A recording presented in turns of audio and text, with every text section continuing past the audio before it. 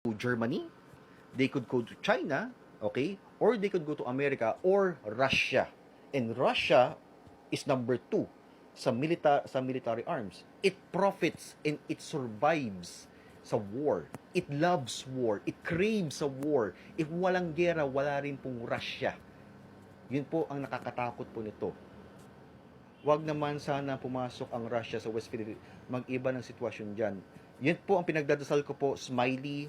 Kasi Smiley ito tiningnan, nag-research mismo ko, nagtataka ako. Bakit sinabi mismo ni Putin, Smiley ba, na ito magagawa siya ng more missiles and at the same time upgrade niya ang mga nuclear weapons niya. Nagtataka ako, bakit niya sinabi yan? What's the point? Okay, bakit hindi na lang na i-upgrade ko lang, pagandahin ko na lang yung mga weapons ko? Ba't pa ako gagawa ng mas marami pang weapons? And then, all of the sudden, tinitingnan ko mismo ang GNI ng